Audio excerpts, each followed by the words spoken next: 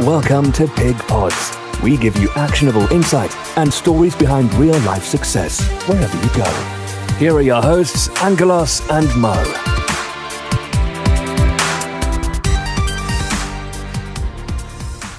Welcome to Pig Pods, your success podcast. I'm Angelos. And I'm Mo, and we're recording live in the Brooklands Hotel.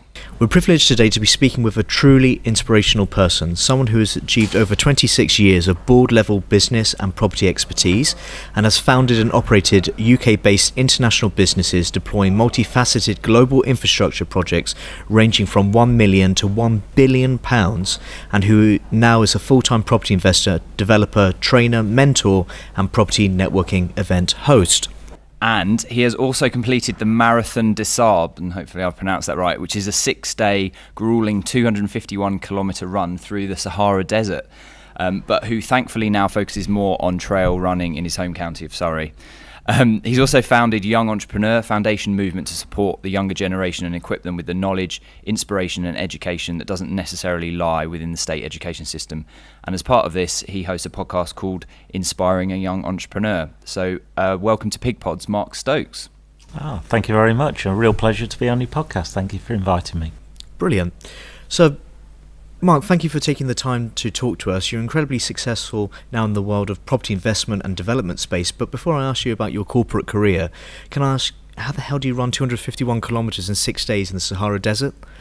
That's in small steps, I guess, and ever decreasing steps as you go through that. I wanted to set out to really find the bottom of my reserve tank. A few years before I did the MDS, I did a couple of Ironman events, and my first Ironman event was a half Ironman. I did that in 6.5 hours. My second event was only a month later, and I wanted to understand, well, where could I do a full Ironman?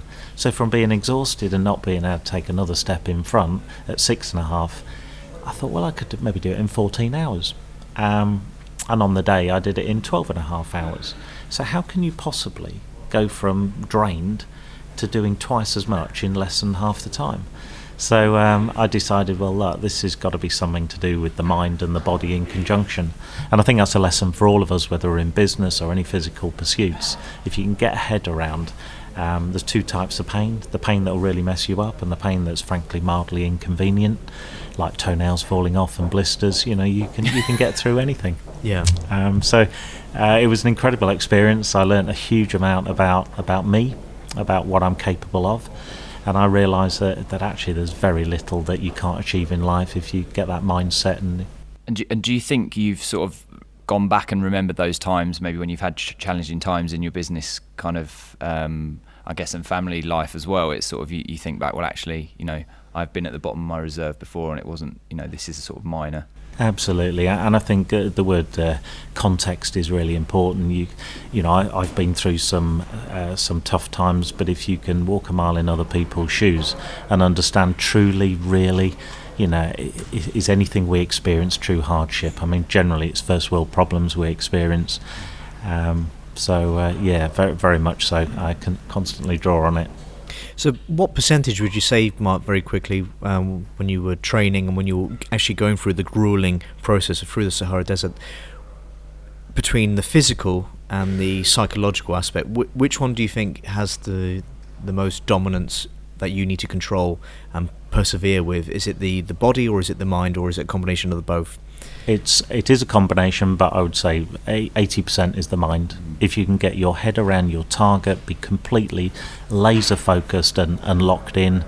I mean, when I would be training, typically I'd be training Monday to Friday. Friday would tend to be a day off, but all the other days would be 12 to 16 mile runs, and then on a Saturday would be a marathon, and a Sunday would probably be 34, 35 mile races. So that would be my structure. But quite often, the hardest mile, the hardest period of any one of a 4, 5, 6 hour run would be the first 1, 2, 3 miles. Getting into the tempo, getting your breathing right, and then I'd find that my heart rate had probably dropped 10 to 15 beats, and you'd kind of drop into a plateau. And once I was in that plateau, I could run for 5, 10, 15, 20 hours, no problem at all. wouldn't be particularly pleasant at times, and you enjoy the experience more after than during. But it's that combination of mind plus body. The body can do anything you want, unless you have difficulties, and so it's not for everybody. There are long-term health considerations to think about, knees and ankles, but it's an incredible experience, and the freedom as well. If you can go out, stick your muddy trail boots on, go out into the middle of nowhere, and know that it's impossible to get lost, because you can run for 5 hours. So if I run 10 miles that way, I'll hit the A3. I run 20 miles that way, I hit the M3. You can just explore, and that is a freedom. And the escapism from maybe the rigours of corporate life, that was probably, if I'm honest with you, that was probably one of the reasons why I looked to do it as well. Would you do anything like that again, or what would your next biggest challenge be? Life moves on. I have 4 children, and to be training 20, 30 hours a week plus, is a big draw. Yes, I'd get up at 3 a.m, run a marathon, and then go and watch the kids on the touchline when they were young. But I want to spend my time with my children now, and the ones that I love, rather than splattered in mud, snot, sweat, and tears on the trails. So I do it for fun now. Yeah. Well, thank you for sharing that, Mark. That's absolutely brilliant. And if anyone wants to get involved, then I'm sure they will reach out to you and just get some more inspiration. So can we look back at your corporate career then? What did you start off doing, and how did you progress up the corporate ladder, and maybe give us a little bit of background of what you were doing in a previous life? Yeah, so I was born and bred in Lincolnshire, went through the grammar school education system. I applied for jobs in banks, building societies in the local town, and literally really at the last moment entered the clearing system and did a degree in construction. My father was an engineer. So after my degree in construction, I came out of what was Polytechnic then in '92, and that was right at the tipping point where BT was starting to lose their monopoly, British Telecom losing their monopoly, and you had generally large US entrants really eyeing up the area. So my first employer, and I've only ever had 2 employers in my life, maybe 50 or 60 roles, but 2 employers. So we entered a very exciting time where that deregulation was starting to take momentum. The US corporate that employed me, I was their first employee on UK shores. I went to the US, had a very intensive period, 6 months over there. And then we came back and we looked at a number of strategies, but that ended up evolving into a UK-wide fibre optic network and some very large design, build, finance and operate data centres. So we were rolling out capital deployments of hundreds and hundreds of millions, and that involved fibre optic networks blanketing the City of London, the outlying areas, and that rolled into the other principal cities. And following on from the UK, we went into the rest of EMEA, and I then, in parallel actually, my entrepreneurial juices started flowing in the 90s whilst in corporate life. Right. I set up a new business from an opportunity that came across, all within the corporate umbrella. So that was something that really started to trigger. So I've always been one to challenge the norm. So just to stop you there, that was so within the employer they gave you sort of free rein to set up. So I think that's quite interesting. I think do they call it an intrapreneur these days, and they're sort of that's quite a movement now to say, well, actually you can have autonomy within your own. You're still employed, but you've got autonomy to manage the budget and manage the people within that space. Yeah, so that was 94 when that happened to me, right. That opportunity. And subsequently it's happened a few more times. But during my career, I've also been our organisation's troubleshooter. So I've always had to run a highly systematic business, because at a very short notice I would get a call to parachute in somewhere and resolve some god-awful mess, to be honest. Not literally. Well, literally parachuting in. Well, I used to be a free-fall skydiver in the 20s, right. So that was something that I could have done, I guess. Yeah. But I mean, one of them was I was moved to Australia to step in and run the Asia Pacific rollout program, which again was very substantial swathes of global infrastructure. But so I've closed businesses down, I've scaled businesses up, I've started businesses, and when you restructure or close businesses down, you can look at that as a very, very tough challenge, and it is, but you can also look at it as a privilege of being able to look through the different end of the telescope. There is as much to learn in business, in closing a business down, as there is in starting a business. So I feel that's been a real privilege, and I'd like to think I've handled those situations very delicately, and it teaches you many leadership and personal qualities which maybe still remain with me today in what we do. Fantastic. And how did you transition from your corporate career into property investing? Was it sort of a gradual shift, or did you jump straight in? Well, after the dot-com bubble burst in sort of 2001, we set up another business in a UK PLC. We invested heavily in that business, and I sold my stake back to the corporate in 2007. I'd like to tell you that was perfect planned timing just before the crash, but that was complete luck.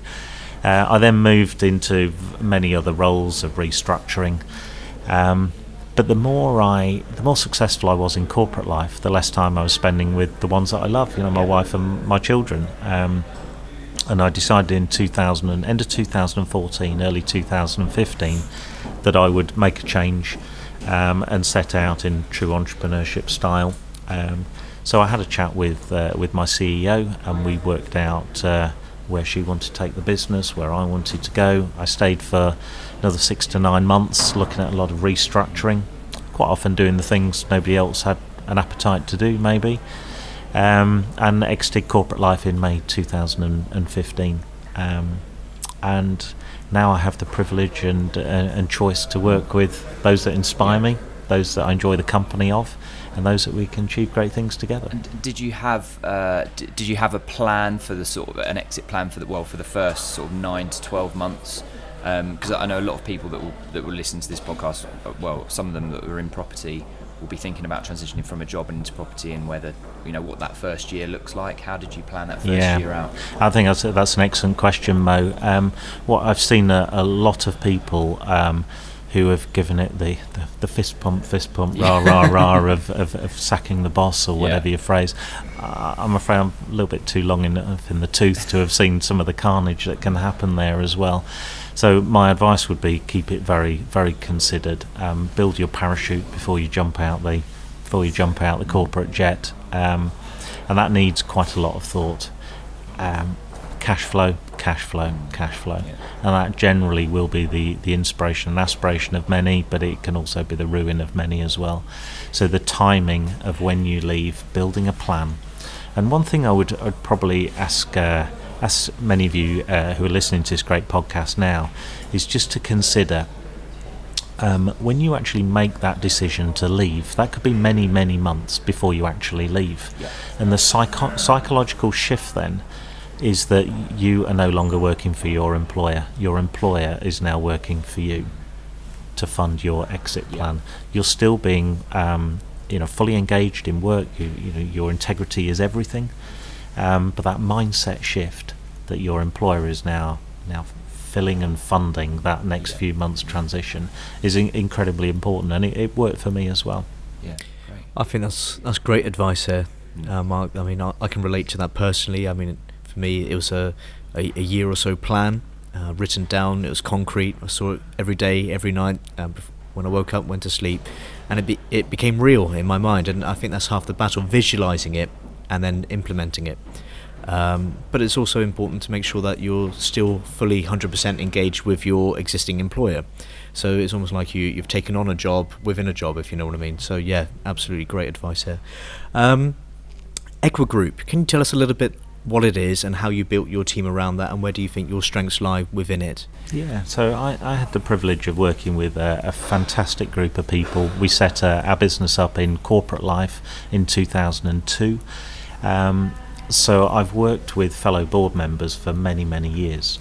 And after 15 years of running that and many other businesses, I came to the same conclusion as a number of my colleagues. Phil, Peter, Mike and Nigel, we're all directors of the same company. We all came to a very similar conclusion. We left corporate life. We had skills in construction, in whether it be the commercial element, the quantity surveying, the building services, running large organisations. So we all had the skills. We've all individually got our own personal property portfolios and interests as well, and have had for quite some years. So it all came together rather elegantly. It can be a very lonely world in business, particularly when you're leading teams of many hundreds, many thousands of people, and a lot of people forget that, and that's not too dissimilar to entrepreneurship. We recognise that we're not all things to all people. We're all flawed individuals, and how can we come together and be greater than the sum of the parts? And that's what we chose to do. So Equa Group was born upon our exit from corporate life, something we enjoy working together, we're massively passionate about. We have 3 employees who are part of our young entrepreneurship, our drive and growth. So our focus has been on, over the 25, 26 years of corporate life, running very large programs, large businesses and large construction projects. So it was probably no surprise that developments, commercial conversions would be a logical step for us. Numbers don't scare us. We've worked in the hundreds of millions, if not billions before. It was eminently comfortable. But it's surrounding yourself with the right quality and calibre of people who you trust, who you've been in the trenches, you've fixed bayonets, you've had your tin hat on, sorted out problems. You'd already worked with those people and you'd already seen what they were like under pressure, so that actually gave you that confidence to... Yes. And clearly in property circles, joint venturing is a popular topic. Many have done it, many have not done it. Being mindful of who you're actually jumping into bed with is pretty good advice, I think. Here's a wildcard question for you, Mark. Do you think it's because of your corporate career that you made that jump, or do you think you always had it within you, that entrepreneurial side? I think I've always had that in me. It's always been there. It's surfaced on a number of occasions as we've set up new businesses.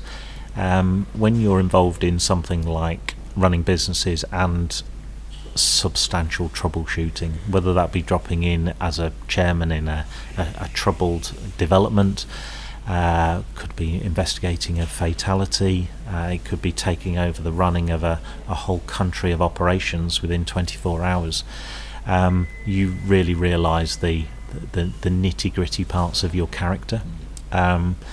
Also, when it's always been involved working with people, and that's what I do now. Equa Group it's a people business. It may be involved in property, but we're working with all of our stakeholders, whether it be society, private investors, the banks, across the board, the planners. They're all stakeholders in our business to one extent or another. So, and one thing that I've kind of been thinking about is whether you have to have sort of done the very low level sort of operational tasks to be able to sit at board level and make those kind of level decisions. And obviously you can't do that, like you said, you would go into various different businesses, and you wouldn't necessarily have done the lower level work in all of those businesses, but you could still treat them in a sort of way that you can make the decisions at the high level. Do you think do you necessarily have to have done the low-level jobs to be able to sit at board level and make decisions at that level? No, I don't think you do. However, you need to have a healthy respect for the intrinsic value within the business. I think too many people use their mouth and not their 2 ears. The ability to ask insightful, in-depth questions and then be able to listen to what those answers are. And when you drop into a troublesome situation, for instance, it's quite difficult to actually find out what's going on. In the turmoil and carnage of whatever's happened, People are fearful for their jobs. They're trying to protect something that maybe didn't go well. They're trying to protect other people. You get the whole gamut of emotions across society.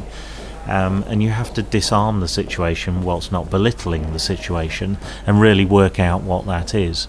So no, I don't think you need to have strong personal qualities and characteristics, 100% integrity, respect and honour of people to you, and to a sense you have to earn that. I think the word entitlement is seeping sadly into society in so many different areas, and I've never taken people's respect for me for granted. It's something you earn, and it's hard enough to earn, but it's very, very hard to keep. I think that's important. You always come across as someone that has a lot of empathy, and you say that you walk a mile in someone else's shoes, and I think that's really, really important. And often situations aren't as simple as they seem, and there's complex things like the book Black Box Thinking is all about sort of analysing process failures and things like that, and it's never what might seem on the surface as the root cause is usually 1,000 things that have come together and sort of created a perfect storm that's created it, and people are going to be defensive, so you have to sort of get that trust to break through that. Yeah, in engineering circles we used to call that root cause analysis, and that the best piece of advice my first MD in the early 90s gave me was walk a mile in another person's shoes. I've been involved in some very high caliber negotiations around the world involving huge sums, many items at stake, and quite often in periods of adversity. I was involved in a very large infrastructure project which was several years late, tens and tens of millions over budget, and to renegotiate with the banks when they have a very solid security package is not for the faint-hearted. But you have to understand their side of the view, and indeed other parties, before you come to a mutually agreeable position, hopefully. And recent examples of, I'm sure, the fraught negotiations behind the scene with the likes of Carillion are a stark reminder to us all. Yeah, absolutely. And I think we're going to come on to talk about that because that's really interesting and very topical. So just within Equa Group, because obviously you've done some big deals outside of that, but specifically within Equa Group, what's your biggest or favourite deal you've completed to date, and sort of why was it your favourite? What was it about it? So our focus are generally the larger commercial conversions and developments. It's an interesting question whether I've got a favourite. They're all different in many ways. They all require a great deal of tenacity and agility from us. Personally, I like the front end negotiation. We make our money on how we structure the deals going in. We maybe have an eye for how we can do something different. Most of our developments are secured off-market and are based on relationships. Competing on the open market, it's not really for us. We find it's a race to the bottom. We find we get better security and certainty in our investments if we're securing them off long-term relationships, whether they be through commercial agents or direct with the vendor. So I don't think I've got anyone in particular. It's the highlights of each of the stages of various developments, and dealing with people. We secured one property, which one I've spoken before. My business partner, he went for a haircut and saw somebody putting the billboards, which was great, and it just shows you've just got to have your wits about you at all times. Another one where the vendor themselves has no interest in bank debt whatsoever, so we created a problem. We bought a property for a substantial 7-figure sum, and it went into his bank account along with a pile of other cash that was already sat there. Now again, that's a first world problem, but something that we might be able to support. But if you think about what I've just said, that person had no interest in debt. So for them to be interested in becoming a private investor in our development where we are bringing debt, well, I've not listened to what they've said. So that particular individual would like to buy in cash, develop in cash, and sell. That would be their strategy. They would be interested in. So it's always listening to what people are saying, not actually thinking about what the next thing you want to say. So I think you're alluding there, alignment of values perhaps, listening is very, very important to what your potential joint venture opportunity might be. Have you ever walked away from someone or an opportunity where your values didn't quite align? Absolutely, and we continue to do so. We are very, very focused on not compromising our values. In one of our very first developments, actually, quite some time ago, somebody approached us with a substantial, so circa $500,000, a very substantial investment. But their focus was they want to get involved in every bit of tedium of the deal. They'd have been changing paint colours and looking at the profile of the architrave and skirting board. And it rapidly became clear that whilst they did have the capital to bring to bear, and that would have been very useful at that time, that we'd have been running into a car crash later on. And we decided to exit on great terms, by the way. Still see that person. It's not what you do, it's how you do it in anything you do in life. But yeah, that's the decision we made at that time. So you only have one reputation, and that can just fragment in a heartbeat. So we preserve that with passion. And we've heard that as well, sort of about sucking your customers as well as sort of joint venture partners. We did an interview recently, and the chap we were interviewing said, yeah, sack your customers if they don't align with your values, and you know who your problem customers are, and getting that time back to invest in the customers you want to work with and are aligned to your values is so important. Yeah. And I think to do that, I think you have to have a very healthy respect for yourself. And if you respect yourself, have pride in yourself, 100% respect your time, because your time, you're the leader of other stakeholders' interests. And once you've got that very clear in your mind, then you won't allow anybody to unnecessarily erode that for principles that they hold true, rather than yours. That's brilliant. I love that. That's really, really good. Thank you. Pleasure. Carillion. So those of you listening at home, is quite a topical thing at the moment, where unfortunately it seems that this big developer is likely to not end very well at all. And I know you have experience with folding companies and parachuting in and trying to troubleshoot them. Can you tell us your thoughts on Carillion, and if there's anything we can learn from this as business people, and in many cases property investors and developers? What's your take on Carillion, Mark?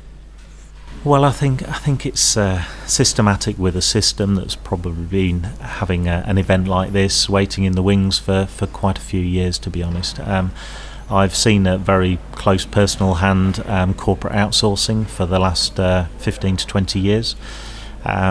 Overall, large-scale outsourcing is probably in its it's probably 20 years old, and therefore the 3 to 5 year contracts, they're in their third, fourth, fifth, sixth reiteration of renegotiation.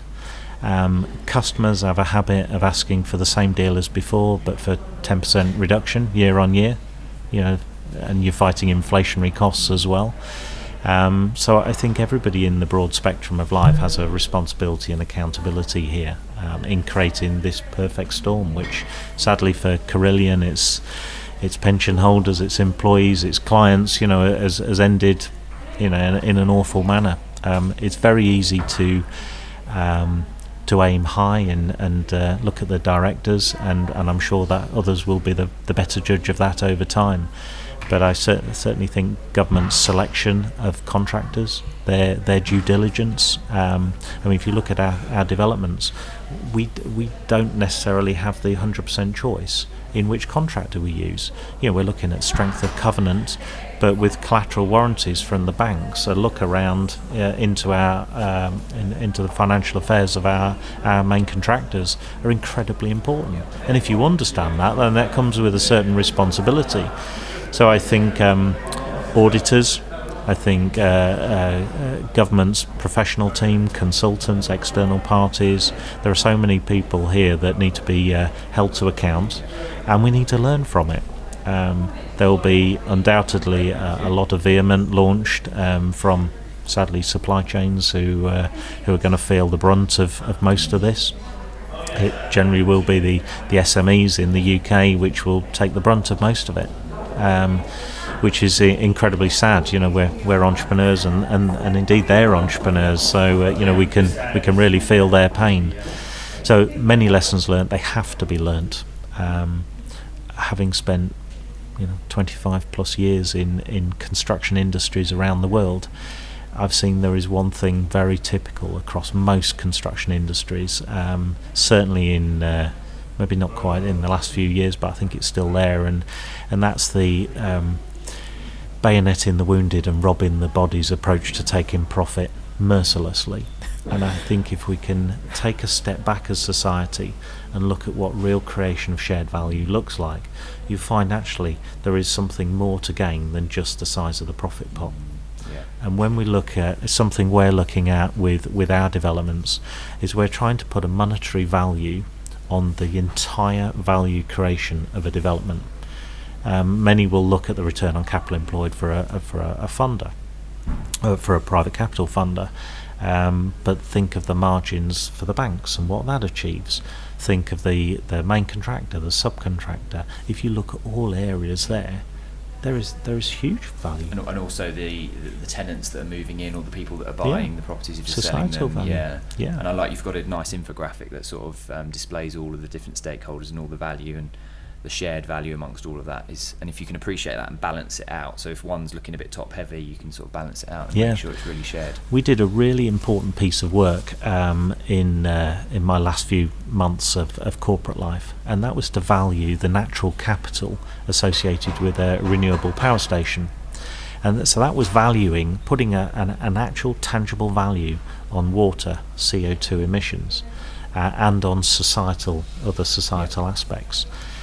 Because they all have an impact, a cause and effect. We can either choose to ignore them or not ignore them, and that's why I have a really healthy respect for any business that pushes the frontiers. And I guess an organisation like Tesla might be one, for example, really pushing those barriers and frontiers, allowing themselves to put their head above the parapet, sit on a pedestal. They know they're going to be shot at, but you know what? That doesn't deter them. Yeah. You're also a trainer and mentor, Mark.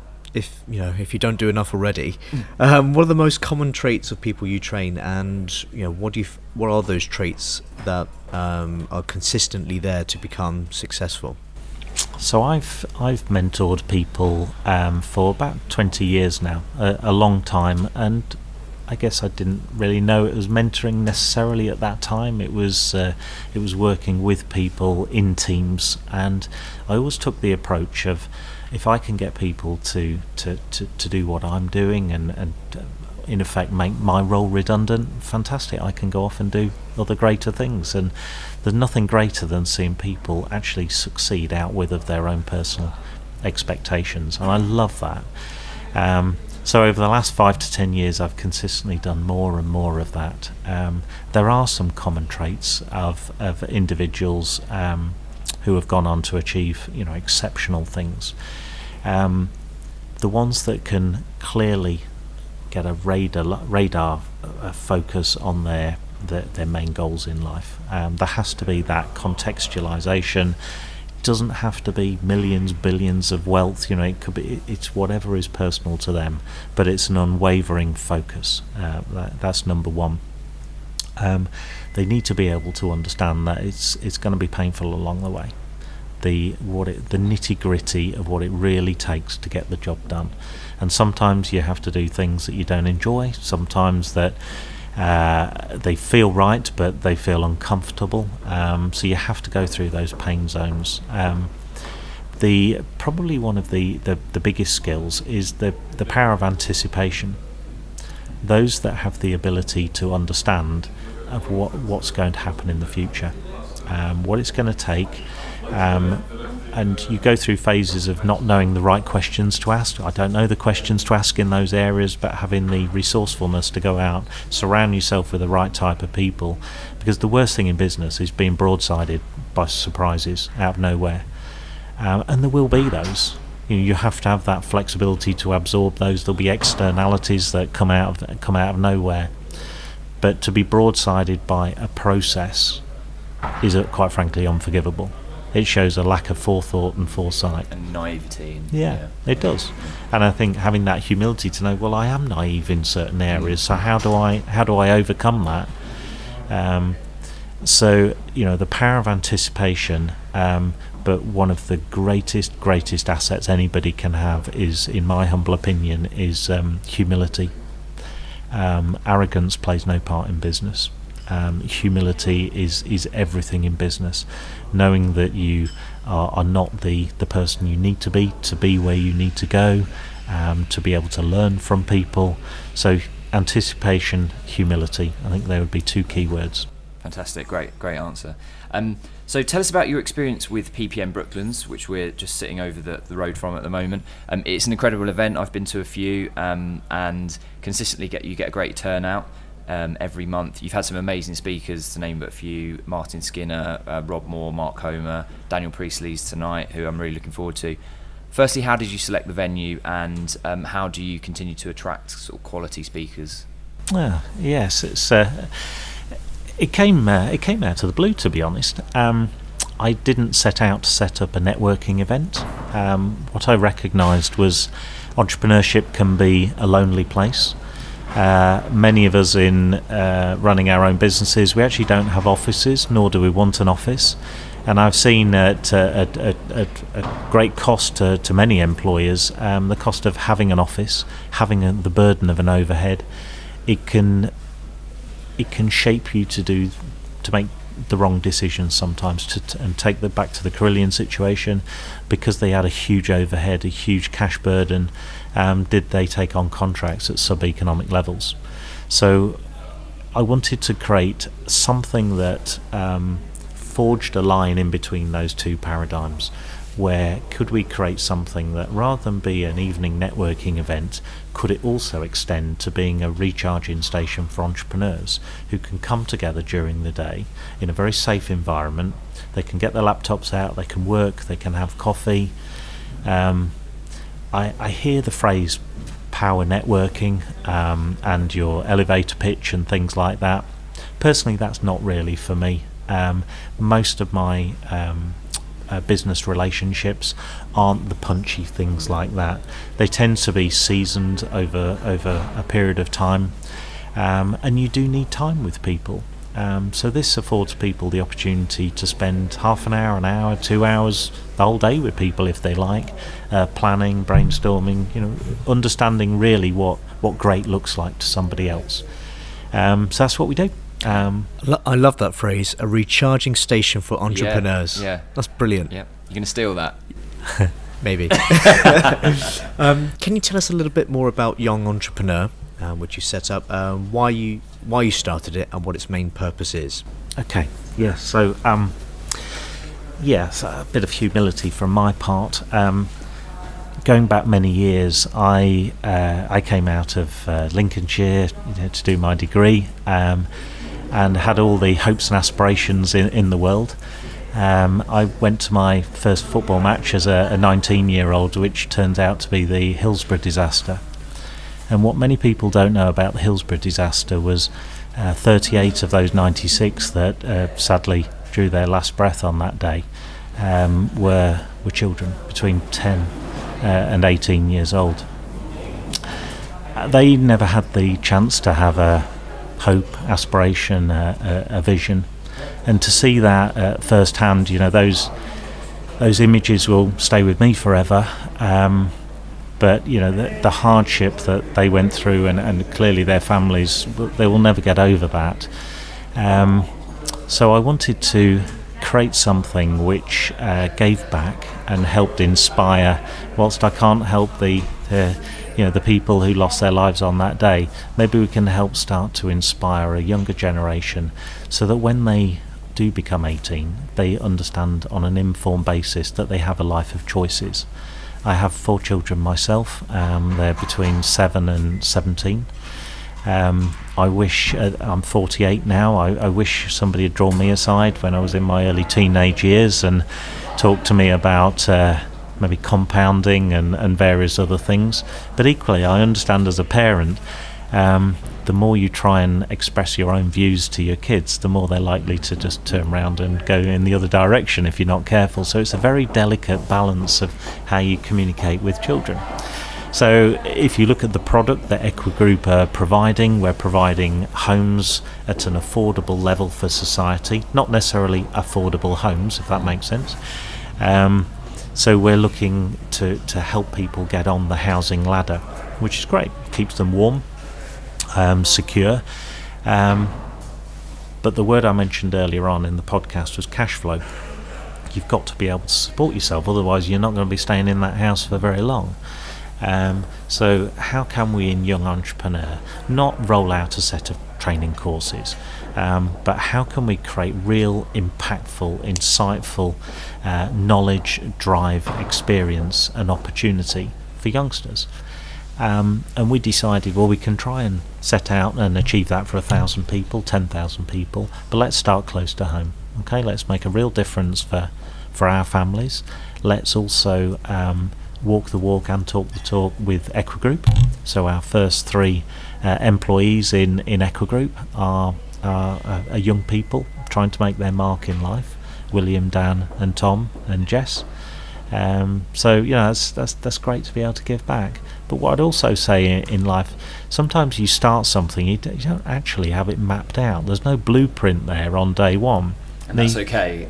It is, yeah. You can spend 6, 12, 24 months designing that blueprint, then make a start, or you can make a start and design the roadmap along the way. And that's what we've decided to do. And in the process, hopefully, we're starting to change lives and create evidence along the way. Well, it's already inspired me. I've not got kids yet, but I definitely want to. I've always known I want to instill that, but I think seeing what you're doing is really inspiring to sort of think, when I do have kids, to start to instill that in them and help them understand it. And you're right, let them find their own way, but sort of guide them so they don't sort of push back against you. I think it's really inspiring. So well done with that. This podcast is all about success, and as such we ask everyone we interview, what does success mean to you? So for yourself, what does the word success mean? So success for me means that I have the ability to choose how I spend my time, who with. I've learnt over the years that it's not about the material things in life, it's more about experiences and who you experience that with, and therefore that becomes a factor of time. So to me, success is creating shared value for the people around me who I enjoy the company of, allowing me to use my time with people to the best of my ability. But what I never want to do is leave anything on the table. Okay, it's really getting to the bottom of my reserve tank, living life to the full, experiencing everything this wonderful world has to offer.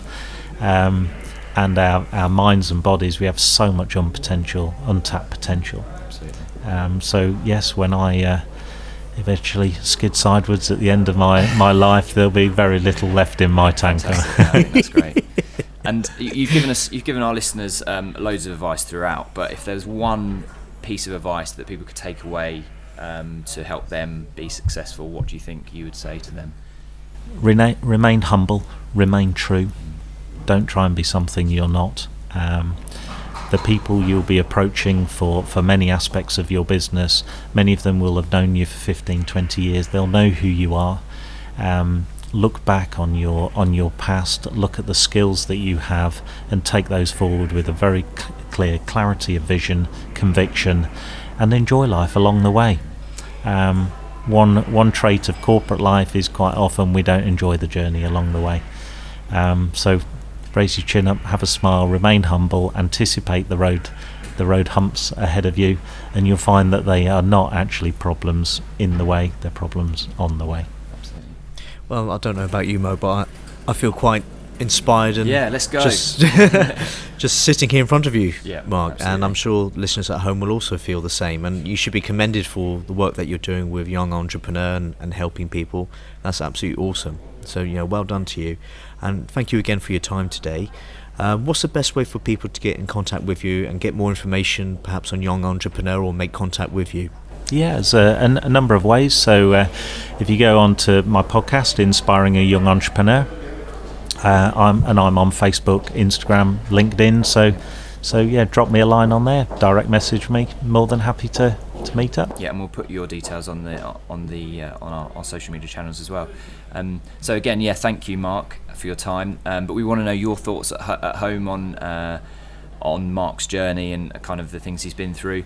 If you can drop us an email on hello@pig.network or get in touch via our Facebook, Twitter or Instagram pages. So thanks again, Mark, for joining us today. And thank you for those of you at home listening to Pig Pods, your success podcast. Please click subscribe, leave us a review, and we look forward to your comments on the Facebook page or the YouTube channel. I've been Angelos. I've been Mo. And see you again on the next exciting Pig Pod. You've been listening to Pig Pods. Click subscribe for more incredible content. More details can be found at www.pig.network.